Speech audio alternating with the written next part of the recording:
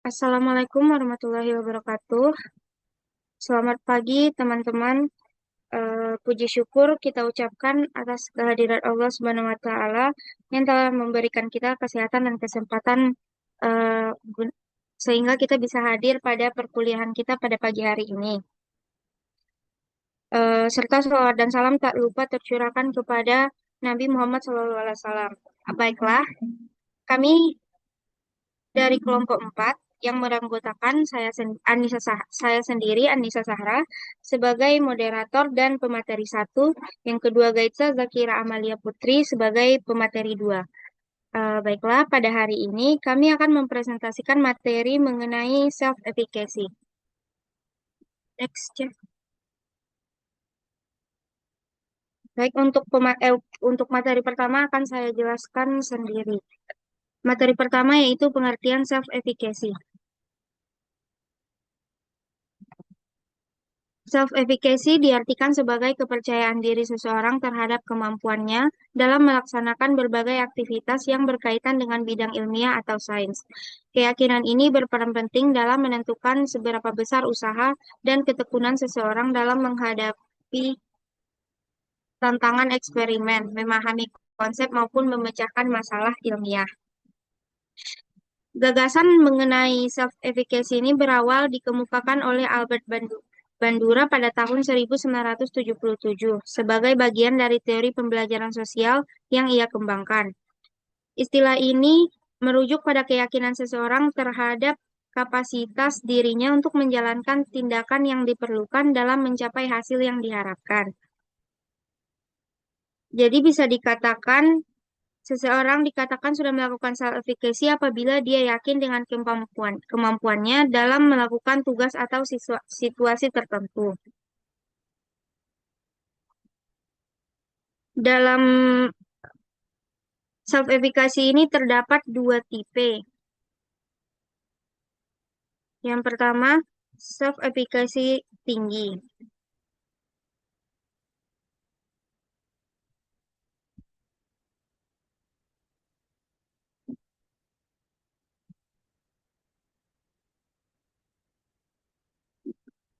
Secara garis besar, self-efficacy terbagi atas dua bentuk. Yang pertama, self-efficacy tinggi.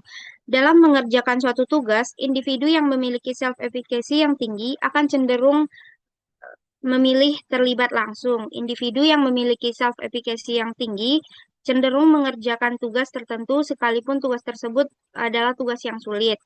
Mereka tidak memandang tugas sebagai suatu ancaman yang harus mereka hindari. Selain itu, mereka juga mengembangkan minat intrinsik dan ketertarikan yang mendalam terhadap suatu aktivitas, mengembangkan tujuan dan berkomitmen dalam mencapai tujuan tersebut. Mereka juga meningkatkan usaha mereka dalam mencegah kegagalan yang mungkin timbul. Yang kedua, ada self-efficacy rendah, yaitu individu yang ragu akan kemampuan mereka. Self, akan menjauhi tugas-tugas yang sulit karena tugas tersebut dipandang sebagai ancaman bagi mereka.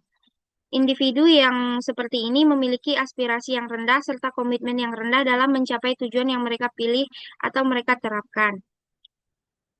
Next, ya.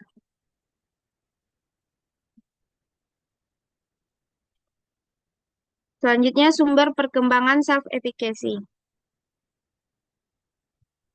Yang pertama ada pengalaman keberhasilan atau mastery experience.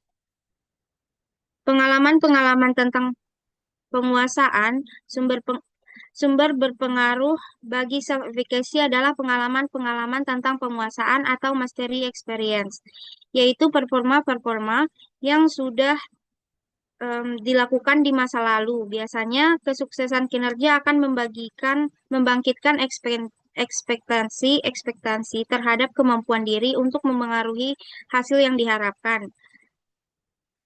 Yang kedua ada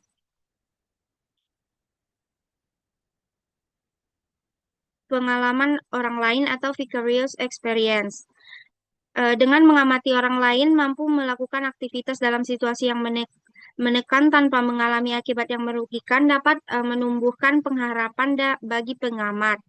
Timbul keyakinan bahwa nantinya ia akan berhasil jika berusaha secara intensif dan tekun. Mereka mensugesti diri bahwa jika orang lain dapat melakukan, tentu mereka juga dapat berhasil setidaknya dengan sedikit perbaikan dalam performasi. Yang ketiga ada persuasi verbal atau verbal persuasion. Bandura 1997 dapat juga diraih atau dilemahkan lewat persuasi sosial. Orang diarahkan melalui sugesti dan bujukan untuk percaya bahwa mereka dapat mengatasi masalah-masalah di masa datang. Jadi harapan efikasi yang tumbuh melalui cara ini lemah dan tidak bertahan lama. Dalam kondisi yang menekan serta kegagalan terus-menerus.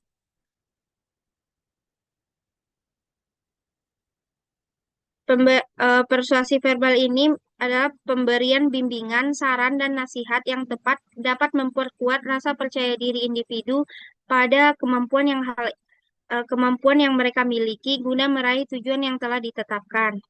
Yang keempat ada kondisi fisiologis atau physiological state, yaitu kondisi di bawah tekanan sering dianggap sebagai kelemahan karena dapat menurunkan kinerja individu. Sebaliknya, individu dengan kondisi fisiologis dan mental yang prima cenderung mempunyai keyakinan tinggi dalam diri terhadap kemampuan mereka membuat mereka lebih siap menghadapi tugas dan tantangan. Baiklah, sekian materi dari saya. Selanjutnya, untuk materi selanjutnya akan dijelaskan oleh rekan saya, Getza Zahira Amalia Putri. Pada Getza, dipersilakan. Oke, baik. Terima kasih kepada moderator. Kita lanjut ke materi selanjutnya, yaitu dimensi dalam self-efficacy. Seperti kita ketahui sendiri, self-efficacy merupakan efikasi diri. Nah, untuk dimensi itu ada tiga. Yang pertama, dimensi level. Dimensi level ini berkaitan dengan tingkat kesukaran beban yang diujikan. Manusia pasti mempunyai pandangan yang keyakinan tidak sama pada suatu tugas. Misalnya, contohnya dalam pembelajaran IPA sendiri, pasti ada murid yang merasa kalau tugas yang diberikan ini mudah, tapi ada juga beberapa murid yang merasa tugas yang diberikan ini susah gitu. Makanya bagi sebagian orang tugas yang mudah, tapi bagi sebagian orang atau kebanyakan orang tugas itu susah. Makanya di sini bermuncullah dimensi level tersebut. Selanjutnya ada dimensi strength. Dimensi strength itu ialah mengacu pada seberapa kuat keyakinan seseorang terhadap kemampuannya saat dihadapkan pada tentukan tugas atau masalah. Seperti yang kita ketahui, strength itu merupakan arti kekuatan. Nah, dimensi strength ini fokus kepada kuat keyakinan seseorang dalam melaksanakan tugas. Nah, kalau keyakinan seseorang itu rendah, maka seperti yang dijelaskan oleh teman saya di awal, yaitu efikasi dirinya rendah, di mana dia mungkin akan menyerah untuk mengerjakan tugas tersebut. Nah, kalau efikasinya tinggi atau kekuatan keyakinannya tinggi, yang otomatis efikasi dirinya tinggi, maka dia akan berusaha untuk menyelesaikan tugas tersebut tanpa adanya rasa menyerah.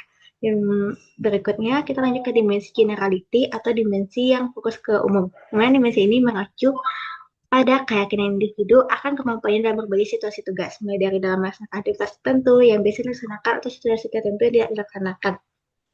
Nah, seperti kita ketahui generality yaitu umum yang mencakup umum semua tugas atau aktivitas, yang mana bagi seseorang yang memiliki efikasi diri tinggi, dia merasa akan mudah melaksanakannya, maka dia merasa hal yang akan dilaksanakan itu merupakan sebuah tantangan yang patut dicoba. Tapi jika efikasi dirinya rendah, maka dia akan takut gagal untuk melaksanakannya. Oke, next kita lanjut ke materi proses yang mempengaruhi self-efficacy. Nah, yang pertama itu proses kognitif. Nah, untuk proses kognitif sendiri, yaitu mempengaruhi cara berpikir dan penetapan tujuan. Orang dengan self-efficacy yang tinggi, mereka akan seperti yang saya bilang tadi pada dimensi generality, orang yang mempunyai self-efficacy tinggi, mereka akan suka tantangan dan mau menghadapi tugas tersebut dan akan membayangkan bagaimana keberhasilan yang akan mereka raih. Izin sebentar teman-teman dan moderator, moderator saya allow dan saya izin mencas baterai laptop sebentar.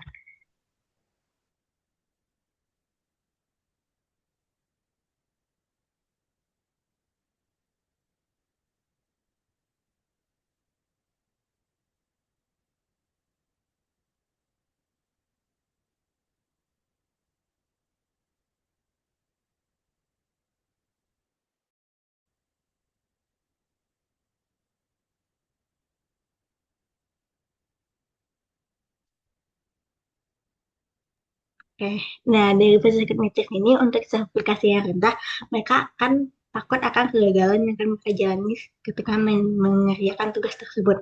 Selanjutnya, proses motivasi.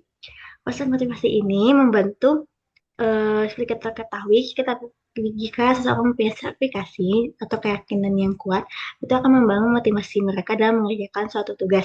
Nah, orang yang yakin pada dirinya akan lebih semangat menetapkan tujuan dan membuat rencana untuk mencapainya. Selanjutnya, proses afektif. Sertifikasi mempengaruhi emosi saat menghadapi masalah. Orang dengan sertifikasi tinggi akan memilih tantangan dan lingkungan mohon maaf, orang dengan sertifikasi tinggi lebih tenang dan jarang cemas. Sedangkan yang rendah lebih mudah stres dan merasa terancam. Pada proses afektif ini mungkin lebih mirip juga kepada emotional intelligence atau kecerdasan emosional seseorang, yang mana seperti kita ketahui orang yang memiliki emotional dan emosional yang baik, dia akan merasa tenang dan tidak cemas dalam menghadapi sesuatu. Berbeda juga dengan orang yang kecerdasan emosionalnya rendah. Nah, mereka akan cemas dan gelisah dalam menghadapi sesuatu. Ini untuk proses afektif pada sertifikasi. Selanjutnya yang terakhir yaitu proses selektif. Proses selektif sendiri, proses selektif atau seleksi. Proses seleksi ini akan mempengaruhi pilihan aktivitas dan lingkungan. Orang dengan sertifikasi yang tinggi akan memilih tantangan dan lingkungan yang mendukung perkembangannya. Sebaiknya orang yang sertifikasinya rendah lebih suka menghindar. Berarti nggak memiliki sertifikasi yang bagus dan yang tinggi, dia akan lebih pandai memilah dan memilih atau seleksi dalam circle atau perkembangannya. Begitu pula dengan keterbalikannya, aturan sertifikasi rendah, dia akan sulit untuk menghindar dari satu hal yang mereka mau tapi susah gitu. Nah, selanjutnya kita masuk ke implementasi sertifikasi DSD. Nah, di sini ada tiga. Yang pertama ada yang mode pembelajaran kooperatif atau neighborhood height together. Nah, pada mode pembelajaran ini itu akan mempengaruhi peserta didik dalam berinteraksi serta memiliki tujuan meningkatkan keyakinan pada hasil kerjanya. Kegiatan model ini dilakukan dengan memanggil seorang peserta didik dari masing-masing kelompok untuk mewakili kelompoknya menyajikan hasil kerja mereka di hadapan kelas tanpa memberitahui terlebih dahulu. Contohnya kayak misalnya di kelompok itu ada 5 siswa dalam satu kelompok. Nah, sisi guru akan memanggil siswa A untuk langsung tampil. Nah, itu merupakan salah satu dari penerapan sertifikasi dalam pembelajaran pada mode pembelajaran kooperatif. Nah, mode pembelajaran number head together ini membantu peserta didik menemukan makna dan pelajaran sehingga mereka lebih termotivasi belajar dengan berbagai ide dan gagasan bersama teman-temannya, serta berani menyajikan diskusi di depan kelas. Dari penelitian sendiri dari Ketut Denayasa et al. 2020, mode number head together ini membimbing peserta didik untuk aktif, kreatif, serta inovatif yang mengembangkan aplikasi peserta didik. Selanjutnya yaitu mode pembelajaran discovery learning. Seperti kita ketahui bahwa discovery learning itu merupakan pembelajaran pemikiran masalah guna pengembangan pengetahuan dan keterampilan peserta didik. Menurut Prasetya pada tahun 2022, discovery learning ialah mula guna mengatur peserta didik dalam mengembangkan pengetahuan, namun tidak hanya mengetahui saja. Metode ini juga melibatkan peserta didik, meningkatkan kemampuan peserta didik dalam menemukan pengetahuan baru agar proses belajar mengajar jadi aktif dan kreatif. Pembelajaran dengan model ini diawali dengan memberikan stimulus yang digunakan untuk menumbuhkan keingintahuan peserta didik terhadap suatu materi yang dibahas. Nah, yang terakhir itu penggunaan media flashcard augmented reality atau AR. Nah, augmented reality ini merupakan teknologi penggabungan benda maya dalam bentuk dua dimensi atau 3 dimensi, sehingga benda maya tampak nyata. AR ini dapat diterapkan dalam mata pelajaran IPA SD seperti dalam materi contoh planet dan benda di angkasa. AR sendiri merupakan media pembelajaran yang sangat menarik dan mampu menciptakan suasana belajar yang nyaman dan juga ramah bagi peserta didik. Pembelajaran menggunakan AR ini mampu meningkatkan sertifikasi peserta didik pada pembacaan masalah tugas yang diberikan guru. Sejalan dengan yang dikatakan oleh Lestari pada tahun 2024 bahwa pembelajaran menggunakan AR pada materi planet dan benda angkasa mampu memotivasi sertifikasi dari peserta didik tersebut. Nah, mungkin itu saja untuk materi dari saya. Selanjutnya saya kembalikan kepada moderator. Terima kasih Gaitsa atas penjabaran materinya. Baiklah, sekian materi dari kelompok kami. Selanjutnya kita masuk pada sesi next ya.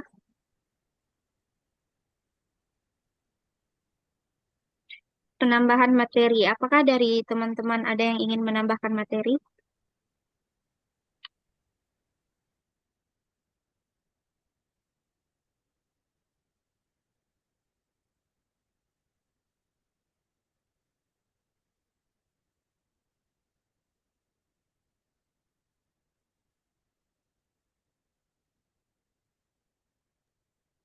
Baik, sepertinya tidak ada. Kita masuk ke sesi selanjutnya, yaitu eh, question and answer. Apakah dari teman-teman ada yang ingin bertanya terkait dengan materi yang telah kami sampaikan? Eh,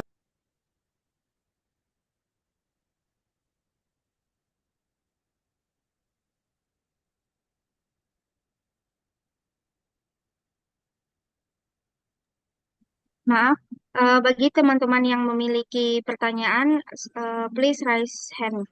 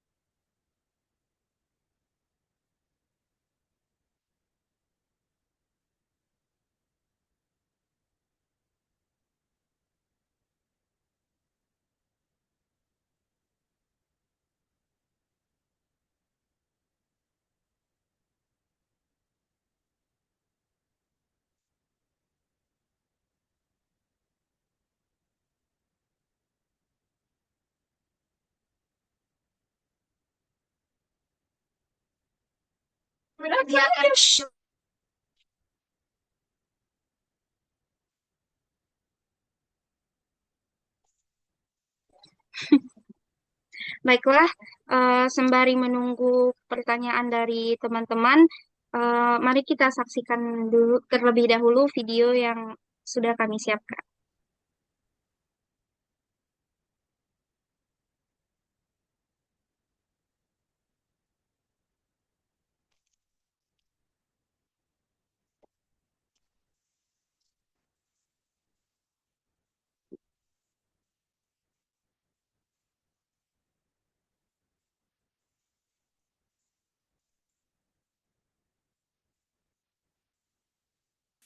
Tackling goals, big and small, can be a challenge for all of us. But setting goals and pursuing them is important to get to where you want to go. Sometimes, a goal can be daunting, seeming too tough to tackle. That's when your self-efficacy matters most. Self-efficacy is the belief in your own ability to succeed in achieving a goal. Having the confidence to know you can do whatever you set your mind to by managing how you think, feel, and behave. Having high self efficacy helps you get your thoughts, feelings, and emotions under control, have better grades, and set higher goals in school, making you feel good all around. And when you feel good about a goal, you're more likely to give it your best effort. There are 5 ways that can help you develop your self efficacy. By recalling times when you have succeeded in the past through your own hard work and strengths. For example, remembering the last time you earned an A on a difficult test by asking others for help and studying hard can help you feel more confident when you're up against the next one. Pulling from your own experiences of success has the strongest influence on your self-efficacy. When you see how others like you are successful at achieving a goal, it also makes you feel more capable of your own success. It's like when you watched your friend train for a big race and win, and it made you feel better about your own ability to win at your next big race. Helpful feedback and coaching from others can also help your self-efficacy grow stronger. When someone you trust encourages you by reminding you of your own strengths and abilities, it can help you overcome your own self-doubt, like when your teacher coaches you through solving a complicated math problem. Sometimes it can be helpful to imagine yourself accomplishing a task. The images you see in your mind can be inspired by any of the things I just mentioned, like imagining solving the math problem before you even start trying or celebrating at the finish line before the race. Finally, learning how to read your body and emotions can also help you feel more ready to step up to the plate. We all get nervous when we have to do something challenging, but when we read those feelings and emotions in a positive way, such as feeling excited instead of anxious, it helps us think about the situation in a completely different way. Having positive emotions and moods builds your self-efficacy, making you feel more optimistic about what's up ahead. The more you become skilled at using these experiences and influences, the more self-efficacy you will build in pursuit of future similar endeavors. It doesn't mean it'll be easy. It just means that you believe you can make it happen. Having a high sense of self-efficacy can help increase your sense of agency, self-regulation, growth mindset, and perseverance, making you more likely to set and stick to challenging goals, motivating you to work hard and succeed, and giving you the courage to try new things. Those around you can help you by giving you good feedback, reminding you of your strengths and abilities, and helping you bounce back from setbacks. And when you do this for others, you can help build their self-efficacy too. So, next time you're taking on a new challenge, remember that believing in yourself is the first step in taking you to new heights.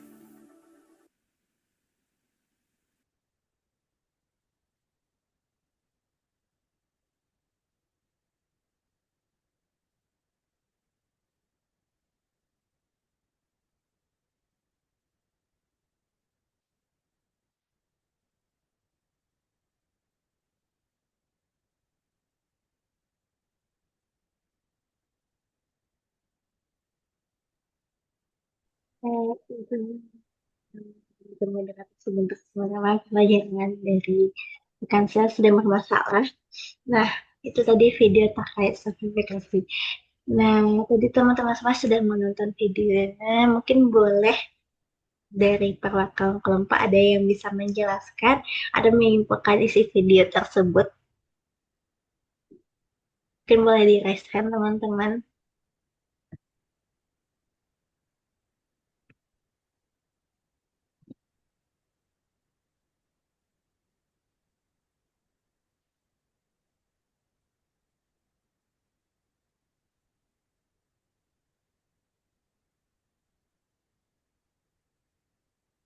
Oke, baik. Jika tidak ada teman-teman yang bisa menyimpulkan, maka izinkan saya untuk memilih langsung teman-teman yang akan menyimpulkan video tersebut. Mungkin boleh kepada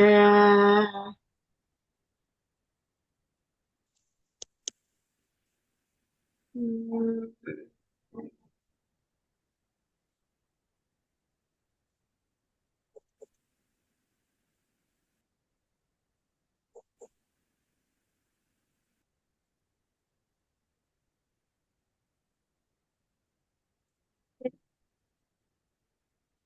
Joti, kepada Joti mungkin boleh dijelaskan kembali kesimpulan dari video tersebut, Joti.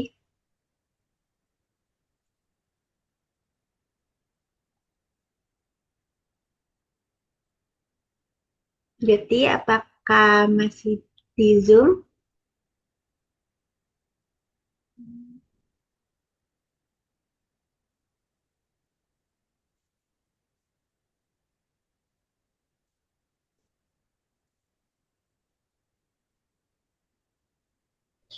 Ya, iya, Syah. Joti, mungkin boleh dijelaskan kembali, Joti, apa kesimpulan dari video tersebut? Eh, Singkat tadi bahas self-efficacy, yaitu kepercayaan pada kemampuan diri sendiri untuk mencapai suatu tujuan, terus punya keberanian untuk tahu apa yang kita kita kita pikirkan dengan eh, dengan mengatur bagaimana cara kita berpikir, Cah. Mungkin itu. Terima kasih kepada Joti. Kalau boleh tahu, Joti dari kelompok berapa, Jot? 5, Cah. Udah ada perwakilan dari kelompok 5. Selanjutnya kita masuk ke kelompok.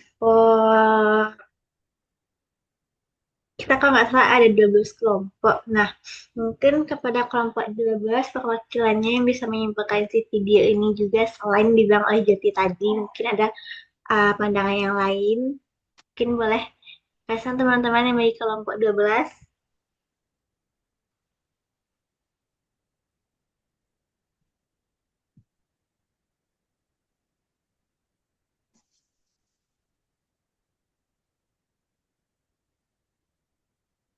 Teman-teman yang kelompok 12 mungkin boleh di raise hand. Mungkin mau langsung aku panggil lagi sebentar. IPA kelompok 12. Oke, Gina. Kepada Gina dipersilahkan. Oh ya, Gina kelompok 12. Baik, mungkin terima kasih kesempatannya moderator. Dari video tadi itu kan sebenarnya intinya itu merupakan dari importance of self efficacy, yang mana tadi saudari Joti jadi sudah menjelaskan sih apa sih sebenarnya self efficacy itu.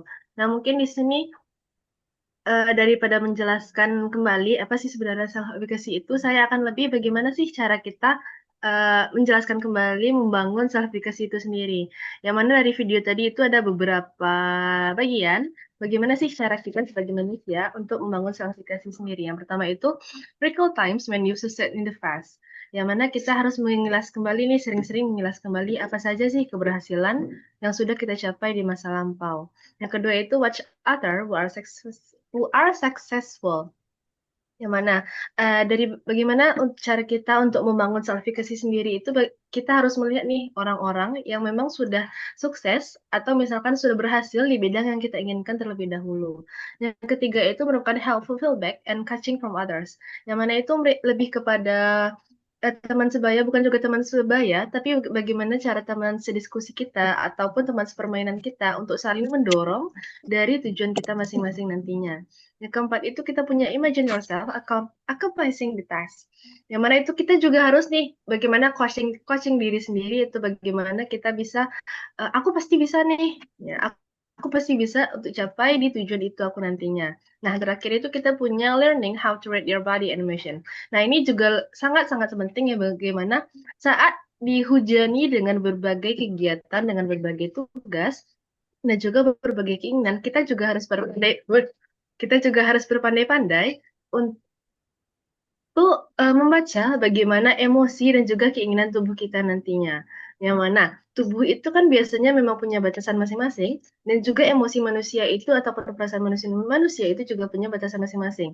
Nah, ini mungkin juga lebih reminder kepada teman-teman sekalian, bukan hanya kepada, mohon maaf, bukan hanya dalam lingkup perkuliahan kita, tapi apapun kegiatan yang teman-teman sekalian ini saat hadapi sekarang, apalagi kan kita sedang di semester 5 ya, lagi jor-jorannya dengan tugas-tugas dan lain-lain hal sebagainya, ataupun kegiatan-kegiatan di luar kampus lainnya.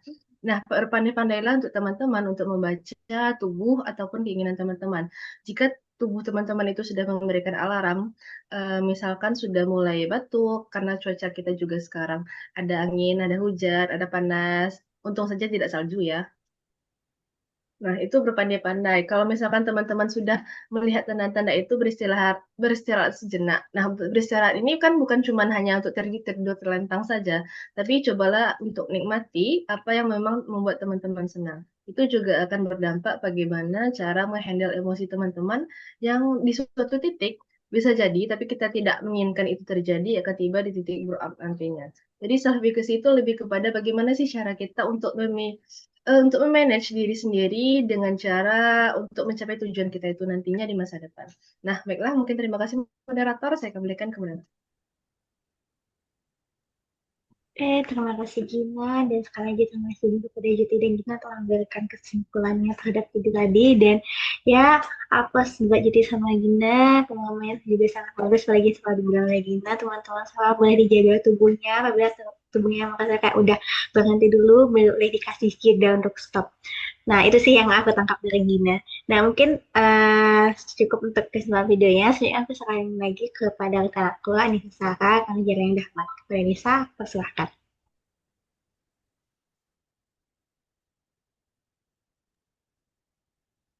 Baik, terima kasih Ica.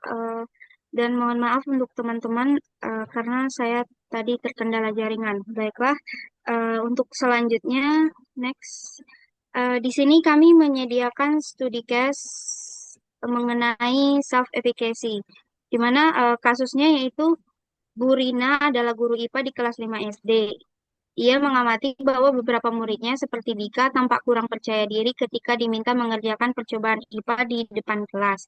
Dika sering berkata, "Saya pasti salah, Bu," sebelum mencoba. Ia hanya mau ikut jika teman sekelompoknya yang menjelaskan hasil percobaan. Dan saat gagal menyalakan rangkaian listrik, ia langsung menyerah dan berkata, "Saya memang tidak bisa IPA." Sebaliknya, murid lain seperti Sinta tampak selalu bersemangat. Sinta suka mencoba berbagai cara hingga percobaannya berhasil. Ia senang mempresentasikan hasil kelompoknya dan teman-temannya sering ikut termotivasi setelah melihat keberhasilan Sinta. Di sini kami ingin memberikan dua pertanyaan kepada teman-teman.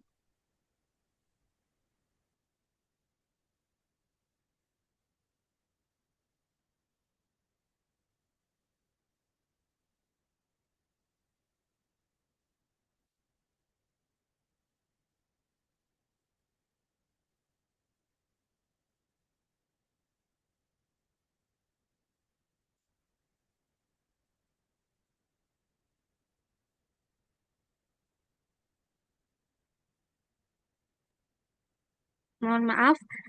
Jadi di sini kami meminta kepada teman-teman dari kelompok eh kecuali dari kecuali kelompok 5 dan 12 untuk menjawab pertanyaan dari kami kelompok 4. Baiklah, langsung saja pertanyaan pertama. Bagaimana teman-teman kelompok lain menganalisis tingkat self-efficacy Dika dan Sinta? Kepada teman-teman kami persilahkan untuk menjawab pertanyaan tersebut.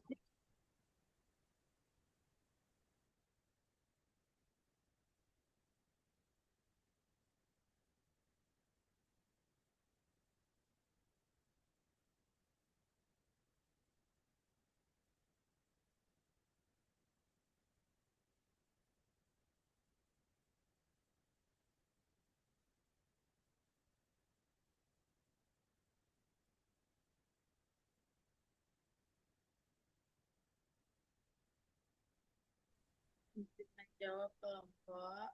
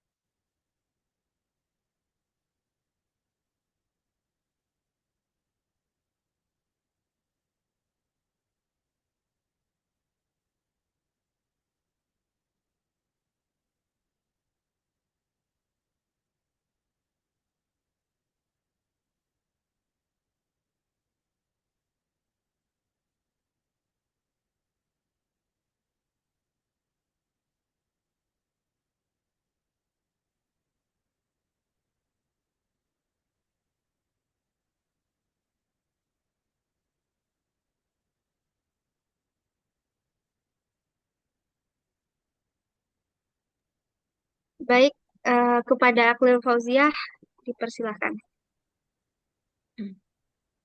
Terima kasih kelompok atas kesempatannya. Maaf saya belum bisa NPM, saya dari kelompok 11 sepertinya. Em, untuk tingkatan dari self-efficacy tadi itu di mana seperti yang kita lihat bahwa siapa nih yang atas tuh namanya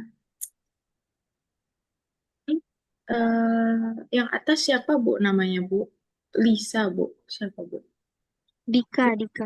Oh Dika. Dika yang si Dika itu self efficacy-nya dalam tingkatan rendah, masih rendah. Karena bisa dilihat bahwa si Dika itu belum berani mencoba dan juga dia takut gagal atas eksperimennya. Kalau misalnya si Sinta itu tingkatannya tinggi karena si Sinta itu sangat bersemangat akan hal-hal baru dan juga dia lebih percaya diri atas apa yang dilakukan gitu ya. Begitu moderator, terima kasih. Baik, terima kasih atas jawabannya, Aklil Fauziah. Em, nah, selanjutnya apakah dari teman-teman lain masih ada yang ingin mencoba menjawab pertanyaan terkait self-efficacy dari Dika dan Sinta tadi?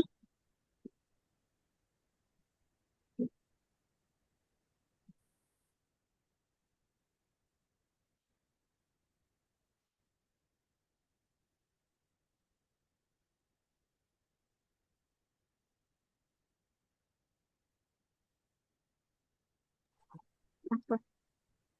Sepertinya sudah tidak ada lagi dari teman-teman yang ingin menjawab pertanyaan tersebut. Jadi betul sekali yang dikatakan Aklil tadi.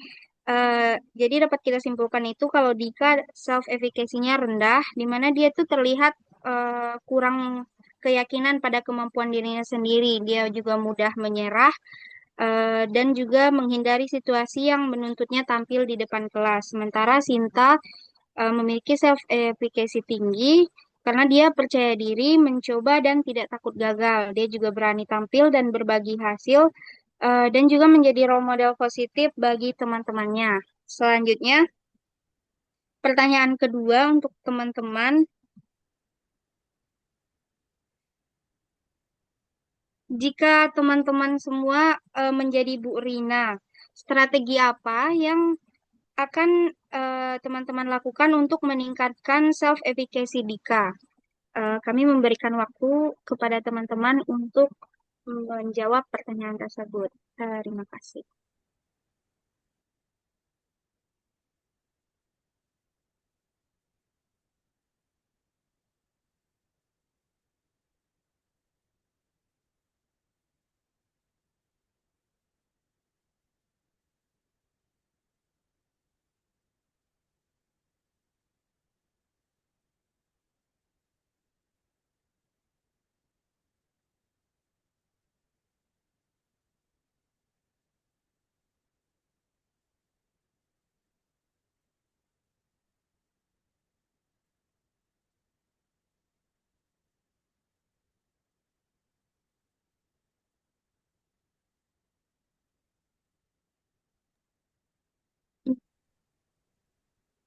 Memberikan clue teman-teman. Nah, tadi kan Anda berkata bagaimana kalau kita menjadi Bu Rina, apa yang akan kita lakukan untuk verifikasi Sika dan Cinta tersebut.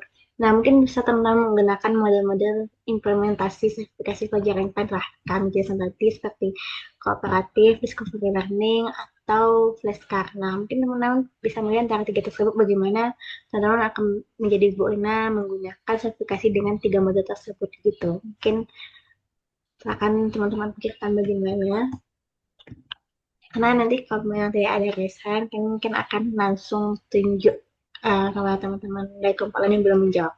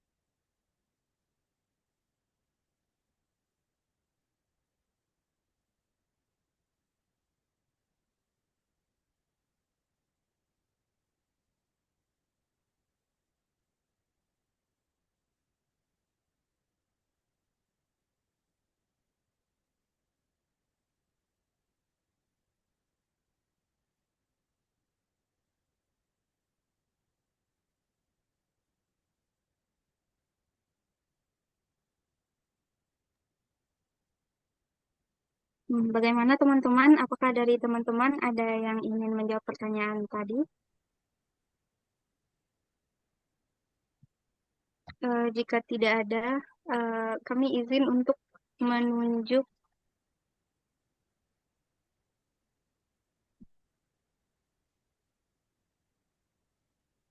kami izin untuk meminta Hamdiah untuk mencoba menjawab pertanyaan tadi. Kepada Hamdiah, kami persilahkan.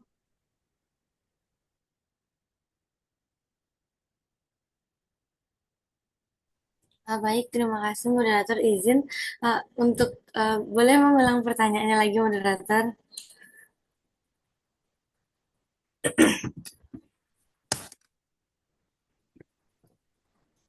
Izin banget moderator Hamdiah. Nah, seperti yang kita tampilin di study case-nya kan Bu Tuna ini guru IPA kelas 5 SD. Dia mengamati bahwa muridnya seperti Dika tampak kurang percaya diri ketika diminta mengerjakan kerjaan IPA di kelas. Nah, tadi juga sudah diidentifikasi oleh Gia bahwa Dika ini memiliki sertifikasi yang rendah. Karena kenapa? Berarti dia kayak disuruh sama guru untuk jelasin, dia bakal berpikir dia bakal salah. Kayak saya pasti salah, Bu. Terus dia mau tampil, kalau teman-teman ya tampil juga gitu. Nah, terus kalau dia gagal nih bikin rangkaian listrik, dia bakalan overthinking dan bilang dia dia memang nggak mahir di IPA gitu. Nah, jika dia menjadi Ibu Rina, apa yang akan dia lakukan dalam menghadapi sertifikasi Dika yang rendah ini gitu? Bagaimana cara meningkatkan sertifikasi si Dika tersebut? Ya, baik, terima kasih moderator atas pertanyaannya. Untuk menjawab ini, mungkin saya akan menjelaskan sedikit pengalaman. Kalau semisalkan untuk diri saya sendiri juga atau untuk siswa yang saya ajarkan, saya selalu punya mantra. Yang mana mantra ini bisa mempengaruhi semangat atau eh, rasa keingintahuan atau rasa apa ya kayak tantangan di dalam diri siswa itu gitu. Dan saya selalu kayak berpegangan tangan berdua gitu. Kalau misalkan dia udah bilang yang kayak Bu Miss nggak bisa Miss banyak kali soalnya atau Miss nggak kuat Miss gitu. Jadi kayak ya udah kita baca mantra gitu. Terus kami kayak pegangan tangan terus bilang kayak gini, tidak ada yang tidak bisa, yang ada hanya tidak mau belajar gitu. Jadi itu aku ulang-ulang sampai si siswa ini sendiri kayak tidak ada yang tidak bisa, yang ada hanya tidak mau belajar itu sampai dia merasa tenang dan enjoy kalau misalkan kayak dia tuh sebenarnya bukannya nggak bisa tapi saat ini dia emang nggak mau belajar dan nggak mau ngerjain soal itu gitu karena kita sendiri sebagai seorang guru tentunya harus tahu kan ya gimana kapasitas siswa itu sendiri misalkan nih kalau misalkan siswa ini masih pagi gitu tentunya kita enjoy aja dong ngasih pertanyaan yang kayak ngasih kuis atau ngasih pertanyaan. Lain lagi rasanya kalau siswa itu udah jawab 50 atau berapa puluh soal, terus kita masih aja ngasih soal.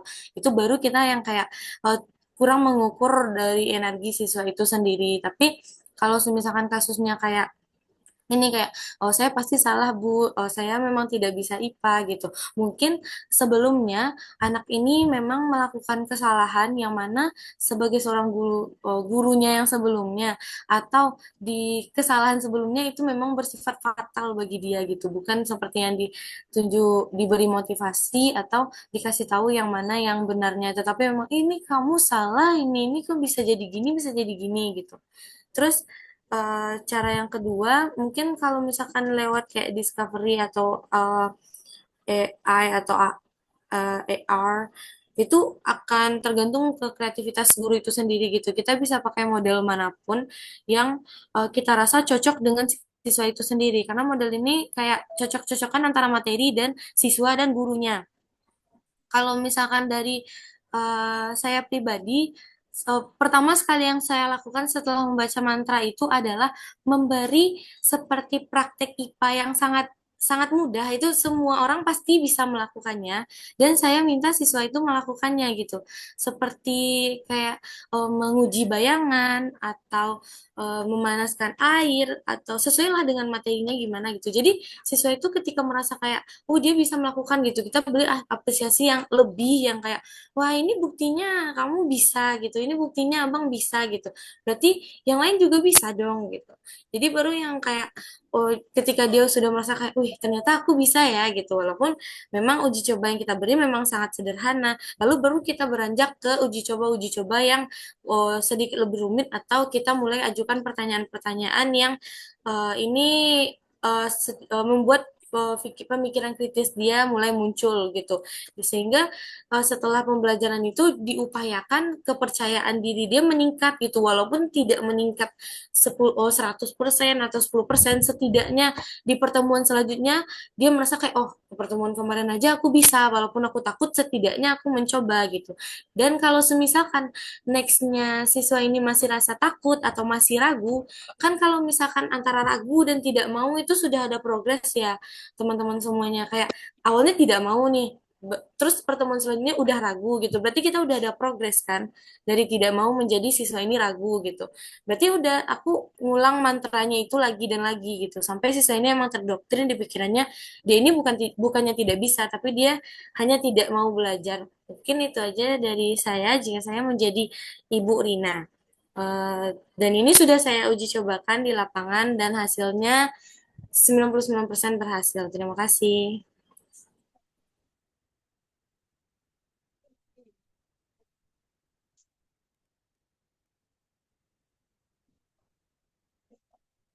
Ya, sepertinya jangan kita bermasalah lagi. Saya izin jawab lagi. Terima kasih kepada dia untuk jawabannya.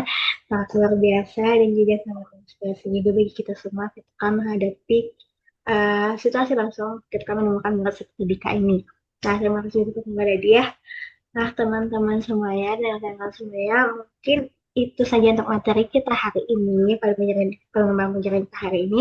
Dan kami dari kelompok 4 IPA mengucapkan terima kasih dan mohon maaf apabila sama presentasi ada kesalahan. Nah, dan juga mungkin sebelum kita endkan Zoom, kita mungkin boleh teman-teman diaktifkan kamera kita mengambil dokumentasi.